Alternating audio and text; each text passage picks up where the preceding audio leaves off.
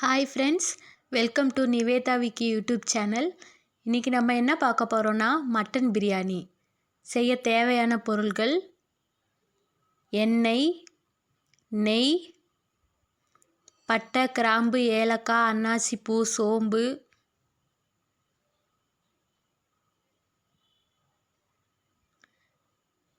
Cut பண்ண வெங்காயம், இஞ்சி பூண்டு விழுது, கரம் மசாலா.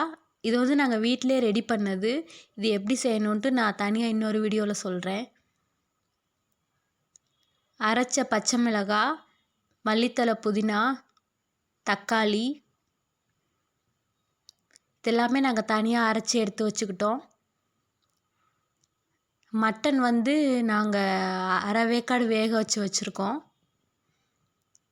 இது சீரக சம்பா அரிசி முன்னாடியே ஊற வச்சுருங்க. இது தேங்காய் பால், தேவையான அளவு உப்பு, மிளகாத்தூள். இப்போ நம்ம பாத்திரத்தை வச்சு அதில் எண்ணெய், நெய் ரெண்டுமே ஊற்றிக்கலாம்.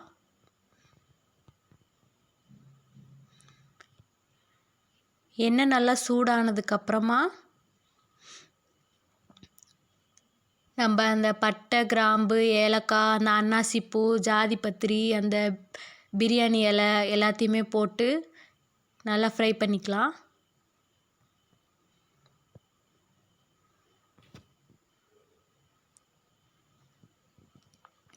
நல்லா வதக்குங்க. அது போட்டோன்னே மேலே தெறிக்கும், கொஞ்சம் தள்ளி நின்றுக்கோங்க. இப்போ அது நல்லா ஃப்ரை ஆகிடுச்சு.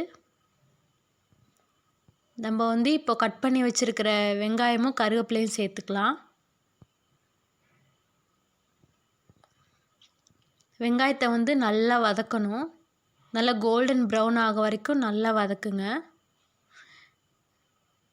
நம்ம பிரியாணி பொறுத்த வரைக்கும் போடுற ஒன்றையும் எவ்வளோ வதக்குறோமோ அந்த அளவுக்கு பிரியாணி டேஸ்ட்டாக இருக்கும்.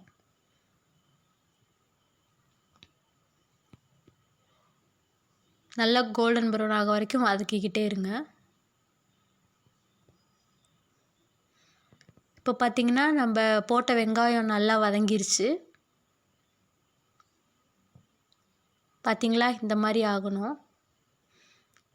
இதுக்கப்புறம் நம்ம கரம் மசாலா ஆட் பண்ணிக்கலாம். கரம் மசாலா போட்டதுக்கப்புறம் நல்லா கிண்டி விடுங்க. வெங்காயம் எல்லாத்துலேயுமே படுற மாதிரி. போடுற எல்லாத்தையுமே நல்லா வதக்கணும். இப்போ நம்ம இஞ்சி பூண்டு பேஸ்ட் ஆட் பண்ணிக்கலாம். இஞ்சி பூண்டு போட்ட உடனேமே பாத்திரத்தில் பிடிக்கும். அந்த மாதிரி பிடிக்க விடாமல் நல்லா கிண்டிக்கிட்டே இருங்க. இந்த மாதிரி நல்லா விடாமல் கிண்டணும். எல்லாமே நல்லா மிக்ஸ் ஆகணும். இப்போ நம்ம அரைச்ச மல்லித்தழை, புதினாவை சேர்த்துக்கலாம். மல்லித்தழை, புதினா, பச்சை மிளகாய் எல்லாமே அரைச்சி வச்சுருக்கோம்ல, அது எல்லாமே ஆட் பண்ணிக்கோங்க. இந்த மாதிரி அரைச்சி போடுறதுனால அந்த ஃப்ளேவர் ஃபுல்லாகவே அந்த பிரியாணியில் சேர்ந்துருக்கும். அப்படியே முழுசாக போட்டோன்னா அங்கங்கே இந்த மல்லித்தழை, புதினா எல்லாமே இருக்கும். நம்ம சாப்பிட்றப்போ டிஸ்டர்பன்ஸாக இருக்க மாதிரி இருக்கும். தக்காளியை அரைச்சி வச்சுருக்கிறத ஊற்றிக்கோங்க. தக்காளி தோலெல்லாம் அப்படி அப்படியே இருக்கும் பிரியாணியில். அதனால் இந்த மாதிரி அரைச்சி போட்டிங்கன்னா சாப்பிட்றப்ப எந்த டிஸ்டர்பன்ஸும் இல்லாமையும் இருக்கும். அந்த ஃப்ளேவரும் ஃபுல்லாக இறங்கியிருக்கும் சாப்பாட்டில். லைட்டாக கொஞ்சம் உப்பு போட்டுக்கோங்க. அப்போ தான் இந்த மசாலா நல்லா வேகும். இப்போ நம்ம மட்டனை எடுத்துக்கலாம். மட்டனை நம்ம ஃபஸ்ட்டே லைட்டாக வேக வச்சுருக்கோம். அந்த மட்டனை இப்போது போட்டு நல்லா கிண்டி விட்டுருங்க. அந்த மசாலா ஃபுல்லாக அந்த மட்டனில் படுற மாதிரி நல்லா கிளறி விட்டுக்கோங்க. பார்த்திங்களா, இந்த மாதிரி நல்லா கிளறணும். அப்போ தான் அந்த மட்டனில் அந்த மசாலா ஃபுல்லாக இறங்கும். டேஸ்ட்டும் உங்களுக்கு ரொம்ப நல்லாயிருக்கும். இந்த மாதிரி நல்லா கிண்டி விட்டுருங்க.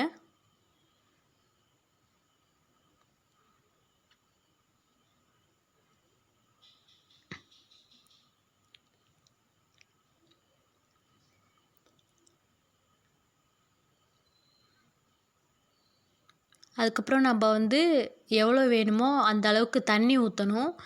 ஸோ நம்ம ஏற்கனவே தேங்காய் பாலெல்லாம் எடுத்து வச்சுருக்கோம் இல்லையா, தண்ணியோடு சேர்த்து அந்த தேங்காய் பாலையும் ஊற்றிக்கணும். அது இல்லாமல் அந்த மட்டன் வேக வச்சுருப்போம்ல, அப்போ அந்த தண்ணி இருக்கும்ல, அதையும் வேஸ்ட் பண்ணாமல் அதையும் எடுத்து வச்சு தண்ணிக்கு பதிலாக அதை சேர்த்துக்கோங்க.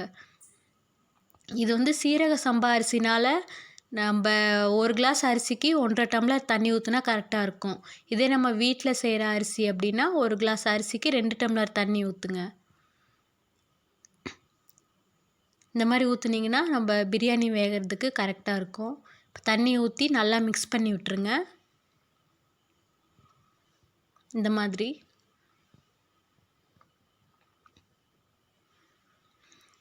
நல்லா மிக்ஸ் பண்ணி விட்டுட்டு நமக்கு எவ்வளோ தண்ணி தேவையோ அவ்வளோ ஊற்றிக்கோங்க. நீங்கள் எவ்வளோ அரிசி போடுறீங்களோ அதை பொறுத்து. கூட வந்து கொஞ்சம் மிளகாத்தூள் ஆட் பண்ணிக்கோங்க. நம்ம வந்து ஏற்கனவே மிளகாய் சேர்த்துருக்கோம், பச்சை மிளகா. அது பத்தலை அப்படின்னா நீங்கள் இந்த மிளகாத்தூள் யூஸ் பண்ணிக்கலாம். மிளகாத்தூள் யூஸ் பண்ணுறனால நமக்கு வந்து இப்போது எல்லாம் அரைச்சி அந்த மல்லித்தலை புதினாலாம் போட்டனால அரைச்சி போட்டனால எல்லாமே ஒரு க்ரீனிஷ் கலரில் தெரியுது. இப்போது மிளகாத்தூள் போட்டனால இப்போது பிரியாணினாவே ஒரு லைட்டாக ஒரு ரெட்டிஷ் ஆரஞ்சு கலரில் தான் இருக்கும்.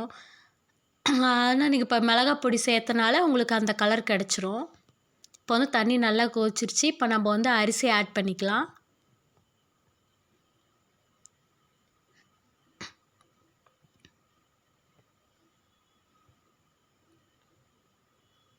தண்ணி நல்லா கொதிச்சக்கப்புறம் அரிசி ஆட் பண்ணிவிட்டு கொஞ்ச நேரம் வெயிட் பண்ணுங்கள்.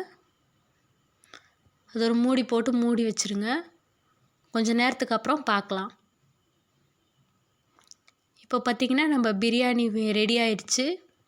பார்த்திங்களா எவ்வளோ நல்லா வந்திருக்கு அப்படின்ட்டு. நம்ம பிரியாணி இப்படி தான் வரும். இப்போ நான் வந்து உங்களுக்கு இதை எப்படி இருக்குன்னு சர்வ் பண்ணி காட்டுறேன். பார்த்திங்களா பார்க்கவே எவ்வளோ நல்லா கலர்ஃபுல்லாக இருக்குது அப்படின்ட்டு. பார்க்குறப்பே சாப்பிடணும் போல் தோணுதா? நீங்களும் இதை எப்படி இருக்குன்னு உங்கள் வீட்டில் ட்ரை பண்ணி பார்த்துட்டு கமெண்ட்டில் சொல்லுங்கள். தேங்க்ஸ் ஃபார் வாட்சிங். இந்த வீடியோ உங்களுக்கு பிடிச்சிருந்துச்சுன்னா லைக் பண்ணுங்கள், ஷேர் பண்ணுங்கள், கமெண்ட் பண்ணுங்கள் அண்ட் மறக்காமல் சப்ஸ்கிரைப் பண்ணுங்கள். தேங்க்யூ.